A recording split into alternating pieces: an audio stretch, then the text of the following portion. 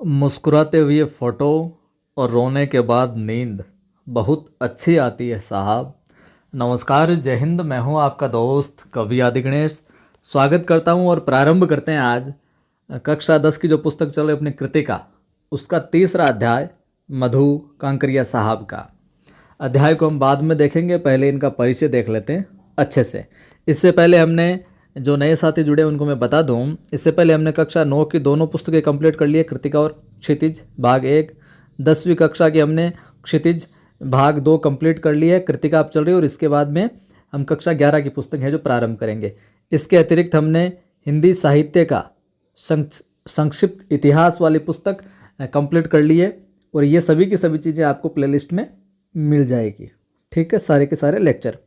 अनुरोध आपसे यही कि वीडियो को लाइक कर दें, अभी आप शेयर कर दें और पहली बार देख रहे हैं तो चैनल को सब्सक्राइब कीजिए, बेल आइकन क्लिक कीजिए, ऑल नोटिफिकेशन पर क्लिक कीजिए ताकि हर वीडियो की सूचना मिलती रहे। डिस्क्रिप्शन में आपको टेलीग्राम चैनल का लिंक मिल जाएगा, कवि आदि गणेश हिंदी।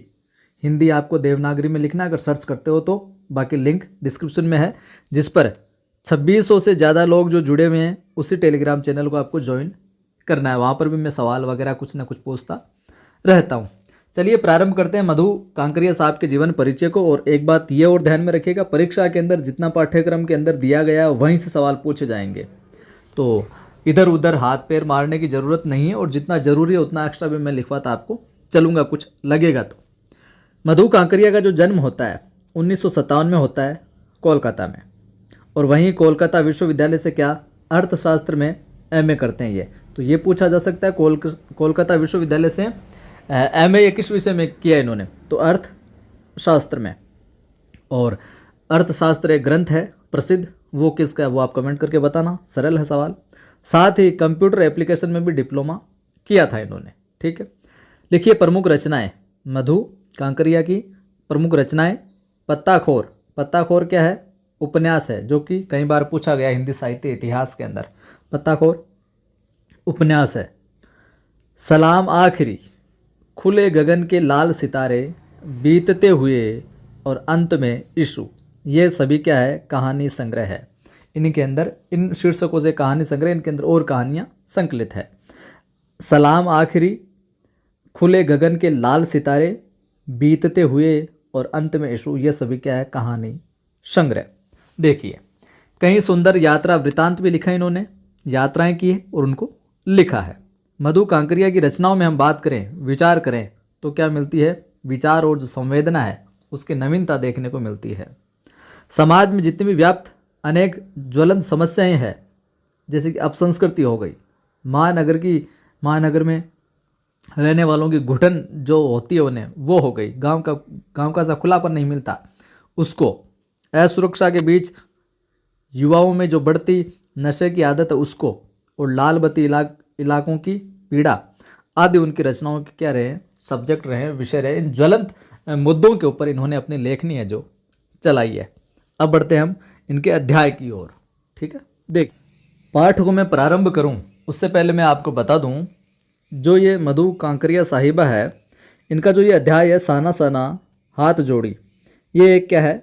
यात्रा वृत्तांत है। अगर इसकी विधा पूछ ली जाए तो क्या है? एक यात्रा वृत्तांत है, यात्रा वृत्तांत है एक। ठीक है मामला। दूसरी बात कि पहली बात यह होगी यात्रा वृत्तांत, दूसरी बात कि ये साना साना हाथ जोड़ी है क्या? तो ये एक तरीके से एक प्रार्थना है। ठीक है, सिक्किम गंगटोक इधर इस क्षेत्र की एक प्रार्थना है एक। तो हिमालय की तरफ की वो यात्रा जो करती है मधु कांकरिया, उन तमाम चीज़ों को लेकर ये इन्होंने एक यात्रा वृत्तांत लिखा है, तो उसको हम देखेंगे और उस क्षेत्र की तमाम चीज़ें हैं जो अध्याय के अंदर आपको देखने को मिलेगी। तो मेरे साथ आप भी और मधु कांकरिया के माध्यम से ये यात्रा करते चलिए, और बड़ा आनंद आने वाला है।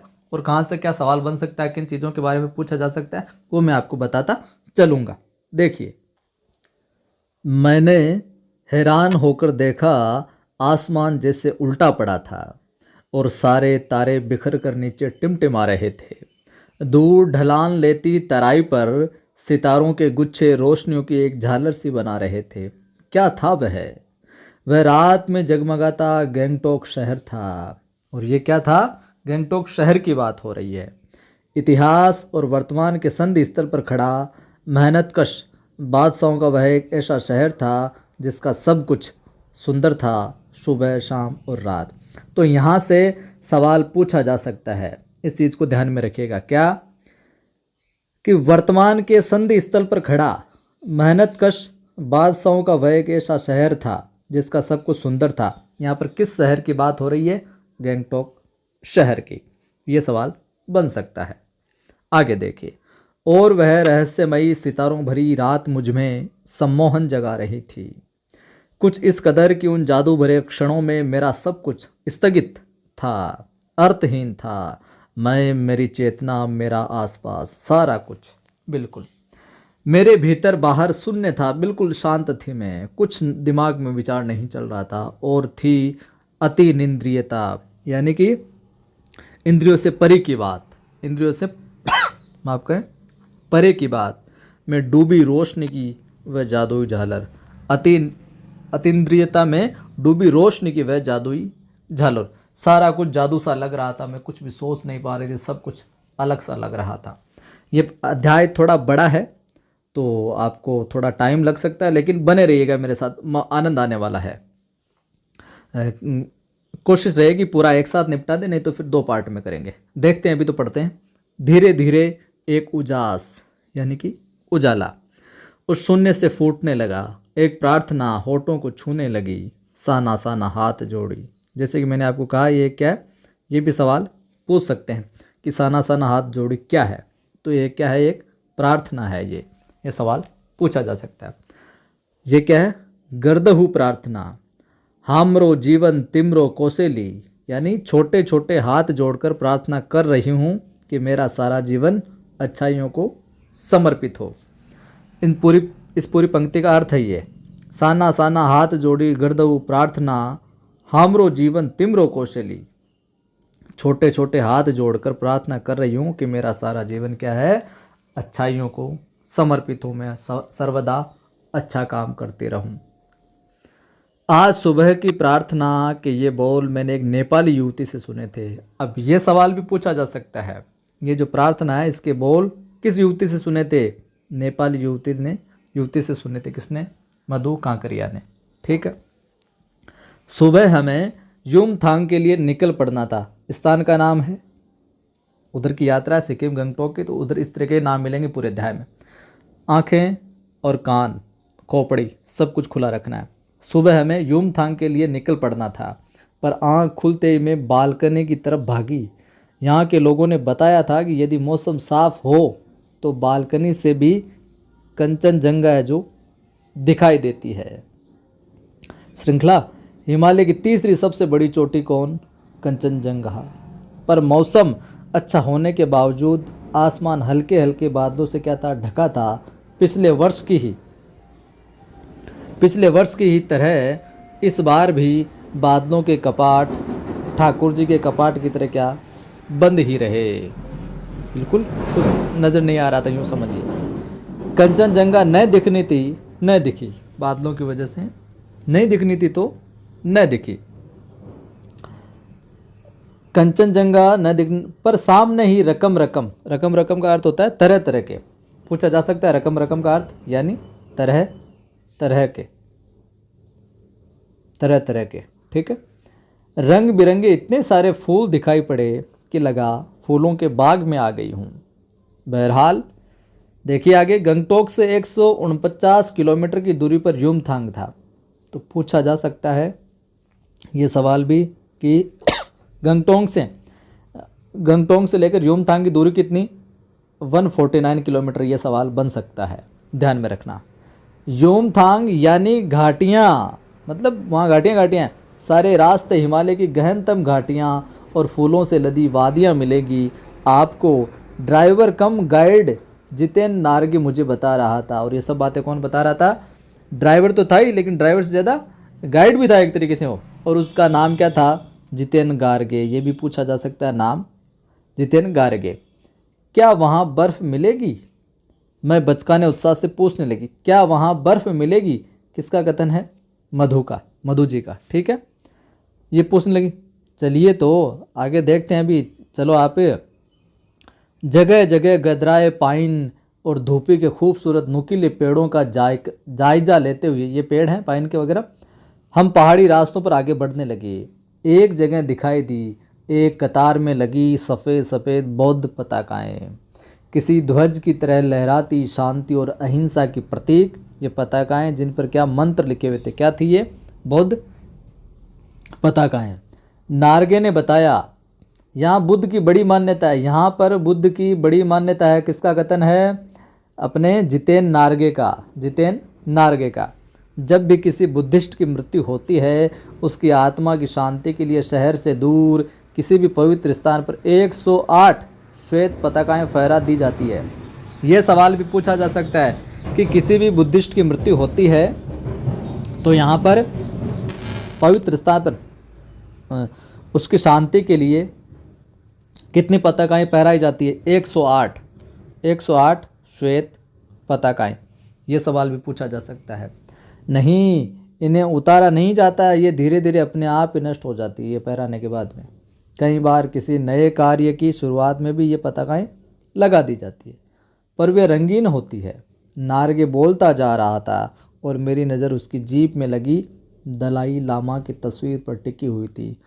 कई दुकानों पर भी मैंने दलाई लामा की ऐसी तस्वीरें जो देखी थी। हिचकोले खाते हुए हमारी जीप थोड़ी और आगे बढ़ी। अपनी लुभावनी हंसी बिखेरते हुए जितेन बताने लगा। लुभावनी हंसी किसकी थी? जितेन की।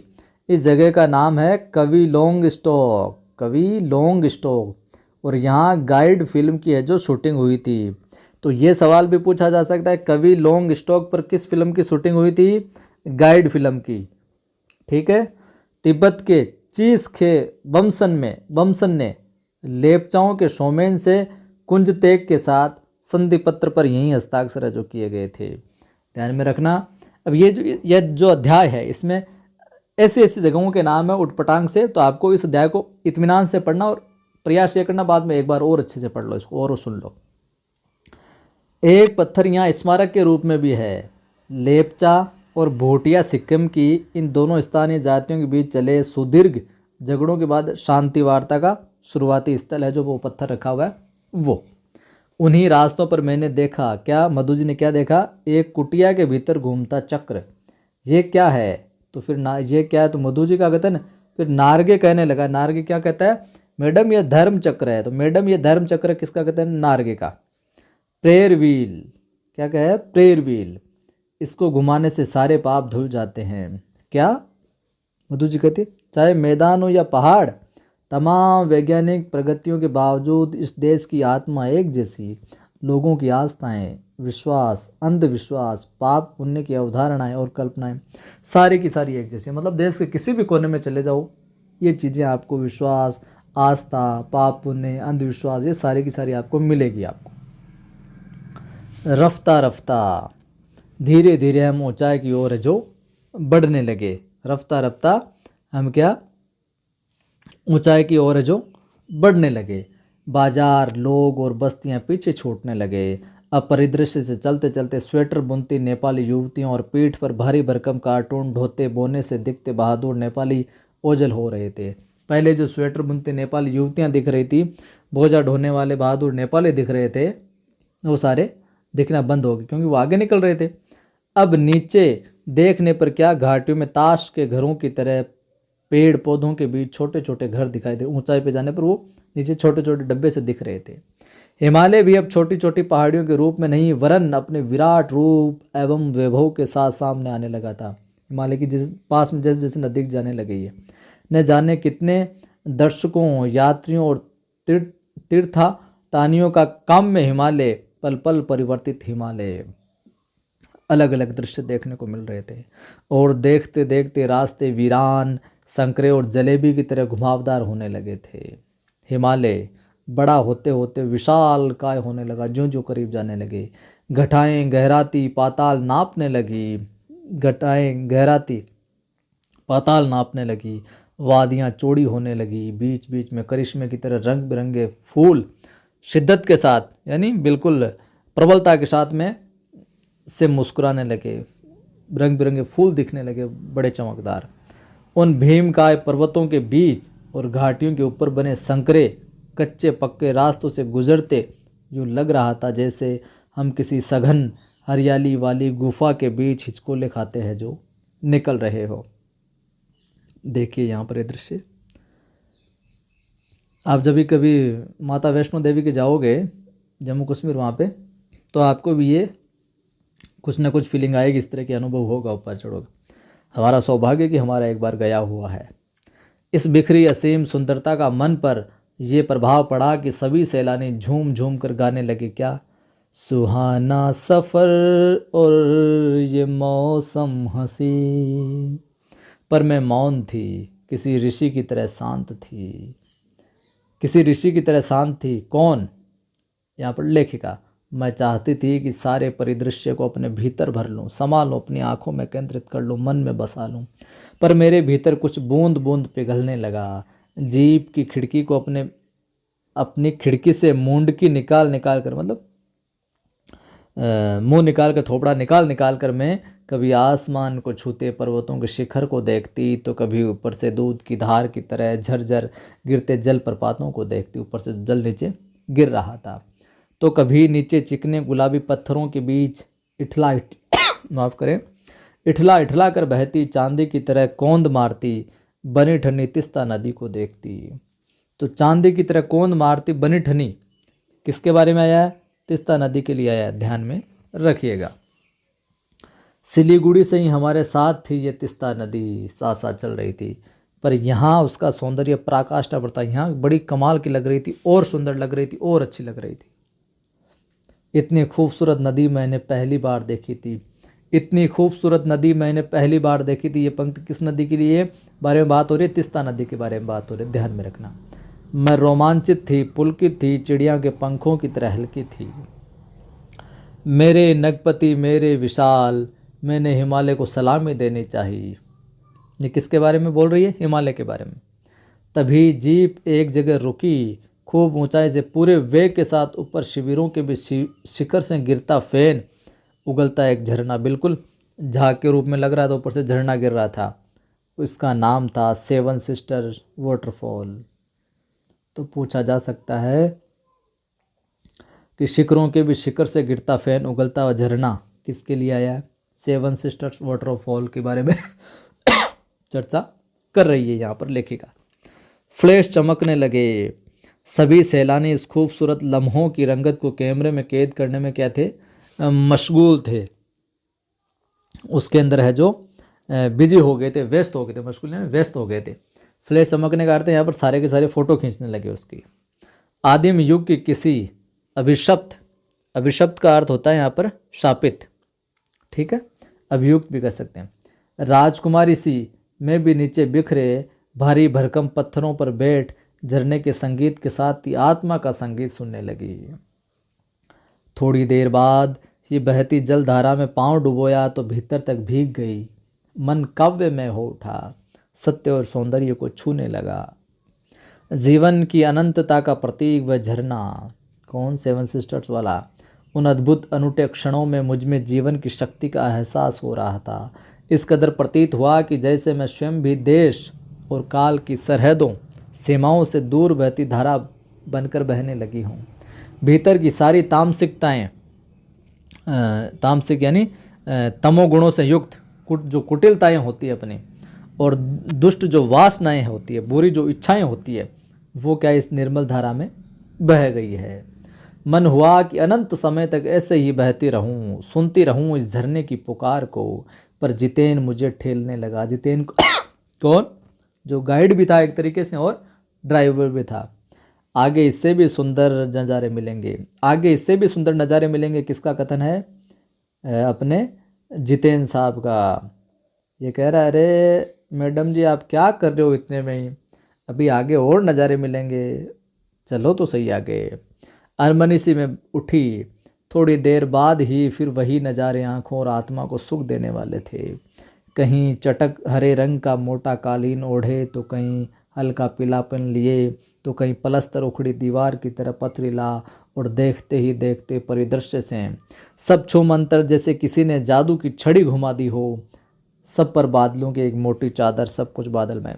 पहाड़ी इलाकों का ये होता है वहाँ पर सीन कि मौसम कब परिवर्तित हो जाए, कभी बादल, कभी बारिश, कभी थोड़ा धूप, कभी बिल्कुल साफ, कभी केवल बादल बादल, इस तरीके से नज़ारे बदलते रहते हैं। चित्रलिखित सी मैं माया, चित्रलिखित सी मैं माया और छाया के इस अनूठे खेल को भर भर आंखों देखती जा रही थी। प्रकृति जैसे मुझे सयानी बनाने के लिए, समझदार बनाने के लिए, जीवन रहस्यों का उद्घाटन है जो करने पर तुली हुई थी, चतुर बनाने के लिए। धीरे धीरे धुंध की चादर थोड़ी छंटी, थोड़ी धुंध कम हुई। अब वहाँ पहाड़ नहीं, दो विपरीत दिशाओं से आते छाया पहाड़ थे, और थोड़ी देर बाद ही वे छाया पहाड़ अपने श्रेष्ठतम रूप में मेरे सामने थे। जीप थोड़ी देर के लिए रुकवा दी गई। मैंने गर्दन घुमाई, सब और जैसे जन्नत, बिल्कुल सब कुछ नज़ारा है जो कमाल का था, स्वर्ग का सा नज़ारा था। नज़रों के छोर माफ़ करें, नज़रों के छोर तक खूबसूरती ही खूबसूरती, जहाँ तक नज़र जाती है केवल बस खूबसूरती, हरियाली, वही चीज़ें दिख रही थी जो मन को आकर्षित कर रही थी। अपने को निरंतर दे देने की अनुभूति कराते पर्वत, झरने, फूल, घाटियाँ, वादियाँ, ये दुर्लभ नज़ारे। वहीं कहीं लिखा था थिंक ग्रीन, और वहीं पर उसने क्या लिखा देखा, थिंक ग्रीन। सब कुछ हरा हरा सोचो, सब कुछ हरियाली सोचो, सब कुछ अच्छा अच्छा सोचो, जीवन में सब कुछ अच्छा अच्छा लगेगा। आश्चर्य, पल भर में ब्रह्मांड कितना कुछ घटित हो रहा था। सतत प्रवाहमान झरने, नीचे वेग से बहती तीस्ता नदी, सामने उठती धुंध, ऊपर मंडराते आवारा बादल, मध्यम मध्यम हवा में हिलोरे लेते प्रियोता और ट्रेंडो के फूल, सब अपनी अपनी लय, तान और प्रभाव में बहते हुए चेरेवती। चलते जाओ, चलते जाओ, चलते रहो, और समय के इसी सतत प्रवाह में तिनके सा बहता हमारा वजूद, हमारा अस्तित्व है। आगे देखिए, पहली बार एहसास हुआ जीवन का आनंद है यही चलायमान सौंदर्य।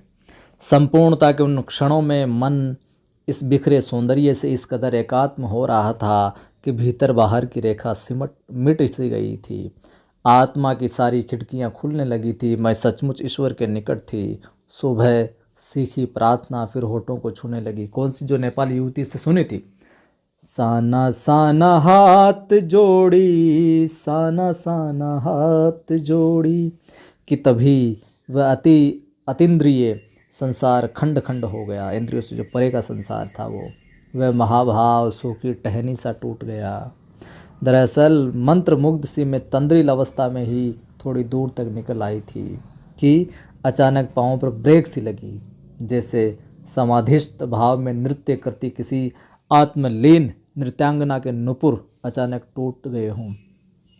अचानक से मैं रुकी, कैसे, जैसे कोई भाव विभोर होकर नृत्यांगना नृत्य कर रही है और उसके नुपुर है, जो पैरों की जो पायल है, जो घुंघरे, वो टूट जाते हैं, वैसे अचानक ब्रेक लगाई, या यूँ कहें रुकी। मैंने देखा इस अद्वितीय सौंदर्य से निरपेक्ष कुछ पहाड़ी औरतें पत्थरों पर बैठी पत्थर तोड़ रही थी। गूंथे आटे सी कोमल काया पर हाथों में कुदाल और हथौड़े थे। कईयों की पीठ पर बंधी डोको, यानी बड़ी टोकरी। ये पूछा जा सकता है डोको किसे कहते हैं? बड़ी टोकरी को कहते हैं डोको। में उनके बच्चे, डोको में उनके बच्चे भी बंधे हुए थे। कुछ कुदाल को भरपूर ताकत के साथ ज़मीन पर मार रही थी, मतलब काम कर रही थी वहाँ पर। इतने स्वर्गीय सौंदर्य, देखिए बड़ी मार्मिक बात, इतने स्वर्गीय सौंदर्य, नदी, फूल, वादियों और झरनों के बीच भूख, मौत, दैन्य और जिंदा रहने की ये जंग, मातृत्व और श्रम साधना साथ साथ। जहाँ एक तरफ खूबसूरत वादियाँ थी, सब कुछ था, लेकिन दूसरी तरफ जो काम करने वाली औरतें थी, पीठ पर डोकों के अंदर अपने बच्चों को बांधे हुए थी। वहाँ पर क्या संघर्ष था? भूख के लिए काम कर रही थी, मौत का खतरा था, दैन्यता थी, और जिंदा रहने की ये जंग, कैसे भी सरवाइव करना है तो काम करना रहेगा। और खूबसूरत नज़ारे भी थे, देखिए क्या बात है। और ये मातृत्व और श्रम साधना क्या था? साथ साथ मातृत्व यानी बच्चों को ढोकों में बांध भी रखा था, उनका भी पालन करना था, उनका भी ध्यान रखना था और साथ में काम विश्राम भी करना। वहीं पर खड़े BRO यानी बोर्ड रोड ऑर्गेनाइजेशन के एक कर्मचारी से पूछा मैंने, क्या ये क्या हो रहा है? किसका कथन है? लेखिका का। किससे पूछती है? BRO से, ठीक है, उसके कर्मचारी से। उसने चुहलबाजी के अंदाज में बताया, जिन रास्तों से गुजरते हुए आप हिम शिखरों से टक्कर लेने जा रही है, उन्हीं रास्तों को ये पहाड़ी निचोड़ा बना रही है। ये किसका कथन है? जो कर्मचारी था BRO का, उसका। कि जिन रास्तों से आप गुजर रही है ना, पहाड़ों का इतना लुत्फ ले रही है, आनंद ले रही है, जिन पहाड़ों से टकराने की कोशिश कर रही है आप, जिनमें जाना चाहती है, समाना चाहती है, उनको बनाने वाले यही हाथ हैं, उनको यही तैयार कर रही है, इन्होंने ही बनाए हैं रास्ते। बड़ा खतरनाक कार्य होगा ये, मेरे मुंह से अकस्मात निकल गया, बड़ा खतरनाक कार्य होगा ये, लेखिका का कथन है। वह संजीदा हो गया, कहने लगा कौन? BRO। पिछले महीने तो एक की जान भी चली गई थी। बड़ा दुस्साध्य कार्य है, पहाड़ों पर रास्ता बनाना बड़ा कठिन है। पहले डायनामाइट से चट्टानों को उड़ा दिया जाता है, फिर बड़े बड़े पत्थरों को तोड़ मोड़ कर एक आकार के छोटे छोटे पत्थरों में बदला जाता है, फिर बड़े से जाले में उन्हें लंबी पट्टी की तरह बिछाकर कटे रास्तों पर बाड़े की तरह जो लगाया जाता है। जरा सी चूक हुई नहीं कि सीधा पाताल में प्रवेश यानी मौत को गले लगाना हो जाता है। और तभी मुझे ध्यान आया, इन्हीं रास्तों पर एक जगह सिक्किम सरकार का बोर्ड लगा था, जिस पर बड़े बड़े अक्षरों में लिखा था, क्या? Ever wondered who defied death to build these roads. यानी कि आप ताज्जुब करेंगे, पर इन रास्तों को बनाने में लोगों ने मौत को क्या झुठलाया है, मौत को भी मात दी है। एकाएक मेरा मानसिक चैनल बदला। खोपड़ में चल रहे थे विचार कि एकाएक मेरा मानसिक चैनल बदला, मन पीछे घूम गया। इसी प्रकार एक बार पलामू और गुमला के जंगलों में देखा था, क्या? पीठ पर बच्चे को कपड़े से बांधकर पत्तों की तलाश में वन वन डोलती आदिवासी युवतियाँ, उन आदिवासी युवतियों के फूले हुए पाँव, देखिए इस तरीके से रास्ते बनते हैं झरने, फूले हुए पाँव, इन पत्थर तोड़ती पहाड़ियों के हाथों में पड़े ठाटे एक तरीके से हम बोल सकते हैं, हाथ में पड़ने वाली जो गांठें होती हैं, निशान, जैसे कोई लोहे का काम करता है जो हथौड़ा को बार बार मारता है, तो उसके भी हाथों में गांठें पड़ जाती है। खेतों में पावड़े के साथ में काम करता है जो खेजड़ियाँ काटता है, उनके भी हाथों में ऐसी गांठें बन जाती है। और इन सब चीज़ों का लगभग अनुभव मैंने भी किया है अपने जीवन में। एक ही कहानी कह रहे थे क्या, कि आम जिंदगियों की कहानी हर जगह एक सी है साहब, सारी मलाई एक तरफ, सारे आंसू अभाव यातना और वंचना एक तरफ। और तभी मेरी सहयात्री मणि और जितेन मुझे खोजते खोजते वहाँ आ गए थे। तो उनके सहयात्री कौन थे? मणि और जितेन, जो ड्राइवर था, गाइड भी था एक तरीके से। इनको खोजते खोजते वहाँ पर आ गए। मुझे गमगीन देखकर, दुखी देखकर, उदास सा देखकर जितेन कहने लगा, मैडम ये मेरे देश की आम जनता है, इन्हें तो आप कहीं भी देख लेंगी, आप इन्हें नहीं, पहाड़ों की सुंदरता को देखिए जिसके लिए आप इतने पैसे खर्च करके आई हैं। किसका कथन है? जितेन का कथन है। ध्यान में रखिएगा इस कथन को आप। ये देश की आम जनता ही नहीं, जीवन का प्रति संतुलन भी है। ये वेस्ट एंड रिपेइंग है, यानी कि कम लेना और ज़्यादा देना। वेस्ट एट रिपेइंग, इसका अर्थ क्या हो जाएगा? कम लेना और ज़्यादा देना, कि थोड़ा सा लेती है और इतना अच्छा, इतना बढ़िया काम कर रही है, ज़्यादा काम कर, जिस पर सब लोग आते जाते हैं सब। तो कम लेना और ज़्यादा देना, कितना कम लेकर ये समाज कितना अधिक वापस लौटा देती है। मन ही मन सोचा मैंने, हम वापस जीप की ओर मुड़ने लगी कि तभी मैंने देखा वे श्रम सुंदरियाँ किसी बात पर इस कदर खिलखिलाकर हंस पड़ी थी कि जीवन लहरा उठा था और ये सारा खंडर ताजमहल बन गया था। बिल्कुल खूबसूरत सा, प्रसन्नचित्त सब कुछ। हम लगातार ऊंचाइयों पर चढ़ते जा रहे थे। जितेन बता रहा था, अब हम हर मोड़ पर हेयर पिन बेंट लेंगे और तेज़ी से ऊंचाई पर चढ़ते जाएंगे। हेयर पिन बेंट के ठीक पहले एक पड़ाव पर देखा 7-8 वर्ष की क्या उम्र के ढेर सारे पहाड़ी बच्चे जो स्कूल से लौट रहे थे और हमसे क्या लिफ्ट मांग रहे थे कि हमें भी ले चलो। जितेन ने बताया हर दिन 3-3.5 किलोमीटर की पहाड़ी चढ़ाई चढ़कर ये बच्चे क्या करते हैं, स्कूल जाते हैं साहब। क्या स्कूली बस नहीं है? यहाँ पर लेखिका पूछती कि स्कूली बस नहीं है, माफ़ कीजिए, यहाँ पर यह कथन है मणि का, तो ये ज़रूर ध्यान में रखिए कि पहली बार मणि यहाँ पर कुछ पूछते क्या स्कूली बस नहीं है यहाँ पर, तो ये मणि का कथन है, तो ये पहली बार पूछ रहे हैं यहाँ पर, तो ये विषय ध्यान में रखिए, क्या स्कूली बस नहीं, मणि का कथन। तो मणि के पूछने पर जितेन है जो हंस पड़ा, मैडम ये मैदानी नहीं पहाड़ी इलाका है, मैदान की तरफ यहाँ कोई भी आपको चिकना बर्फीला यानी यूँ कह सकते हैं कि बड़े हुए पेट वाला वर्बीला, यहाँ कोई भी आपको चिकना वर्बीला नहीं मिलेगा।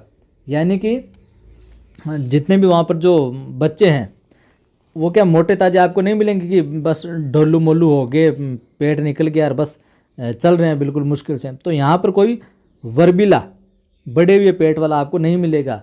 यहाँ जीवन जो है वो कठोर है। नीचे तराई में ले देकर एक ही स्कूल है, दूर दूर से बच्चे उसी स्कूल में जाते हैं और सिर्फ पढ़ते ही नहीं हैं, इनमें से अधिकांश बच्चे शाम के समय अपनी माताओं के साथ में मवेशियों को चराते हैं, पशुओं को चराते हैं, पानी भरते हैं, जंगल से लकड़ियों के भारी भारी गट्ठर भी लाते हैं। खुद मैंने भी ये ढोए थे। कौन कह रहा है? जितेन। खतरा अब धीरे धीरे बढ़ने लगा था, रास्ते और भी संकरे होते जा रहे थे। कई बार लगता जैसे रास्तों को इंच टेप से नाप कर एक जीप जितना ही चौड़ा बनाया गया, कि नाप कर ही बनाया गया, के लिए एक जीप है जो निकल सकती है। बनाया गया है कि जरा भी संतुलन बिगड़े, इंच भर भी जीप इधर उधर खिसके तो हम सीधे क्या नीचे घाटियों में टपक जाएं। इन रास्तों पर जगह जगह लिखी चेतावनियां भी हमें खतरों के प्रति सजग कर रही थी। सामने ही लिखा था, धीरे चलाएं, घर में बच्चे आपका इंतजार कर रहे हैं। थोड़ा और आगे बढ़े कि फिर एक चेतावनी, beware man eater around, पर हमें नरभक्षी जानवर नहीं, दूध देने वाले याक दिखे, कि हमें परवाह है। वहाँ पर वो चीज़ लिखी थी, दिखे काले काले ढेर सारे याक दिखे, पहाड़ों पर गिरती बर्फ से प्राकृतिक ढंग से रक्षा करने वाले घने घने बालों वाले याक। पहाड़ों में याक होता है। सूरज ढलने लगा, हमने देखा कुछ पहाड़ी औरतें गायों को चरा कर क्या वापस लौट रही थी। कुछ के सिर पर लकड़ियों के भारी भरकम गट्ठर थे। ऊपर आसमान फिर धुंध और बादलों से घिरा हुआ था। उतरती संध्या में जीप अब चाय के बागवानों से गुजर रही थी। फिर एक दृश्य ने मुझे खींचा। नीचे चाय के हरे भरे बागवानों में कई युवतियां बोकू पहने, सिक्किमी परिधान।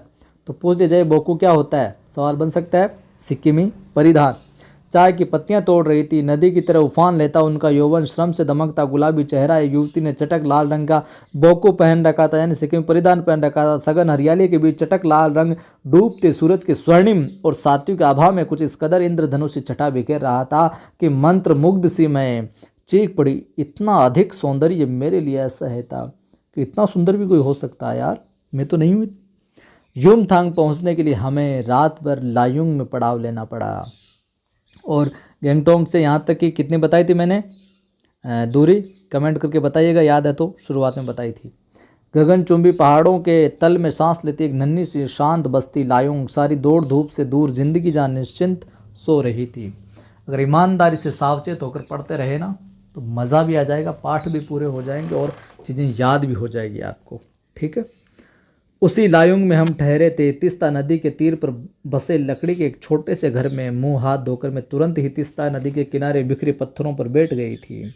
सामने बहुत ऊपर से बहता झरना, नीचे कलकल बहती तीस्ता में क्या था मिल रहा था। और फिर क्या था, मध्यम यानी कि धीमी हल्की हवा है जो बह रही थी। पेड़ पौधे झूम रहे थे। गहरे बादलों की परत ने चांद को ढक रखा था। बादल बाहर, परिंदे और लोग अपने घरों को लौट रहे थे। वातावरण में अद्भुत शांति थी। मंदिर की घंटियों सी घुंघरूओं की झुनझुनाहट सी आंखें अनायास भर आई। ज्ञान का नन्हा सा बोधिसत्व जैसे भीतर उगने लगा। वही सुख शांति और सुकून है जहाँ अखंडित संपूर्णता है। पेड़ पौधे पशु और आदमी सब अपनी अपनी लय ताल और गति में हैं, सब अपने हिसाब से चल रहे हैं। हमारी पीढ़ी ने प्रकृति की इस लय ताल और गति से खिलवाड़ कर अक्षम्य अपराध किया है। लोग पेड़ों को काटते जा रहे हैं सड़कें बनाने के चक्कर में, कहीं कुछ कर रहे हैं। हिमालय अब मेरे लिए कविता ही नहीं दर्शन बन गया था। हिमालय अब मेरे लिए कविता ही नहीं देश देश क्या बन गया था। तो आपको ध्यान में रखना है, दर्शन बन गया था, ये विकल्प में देकर पूछा जा सकता है साहब। तो साथियों, आज इस अध्याय को हम इतना ही देखेंगे। अगला पार्ट है जो कल देखेंगे हम, क्योंकि पार्ट है जो बड़ा है, ठीक है, तो ज़्यादा लंबी हो जाएगी क्लास आपके लिए। आगे का पार्ट हम कल देखेंगे।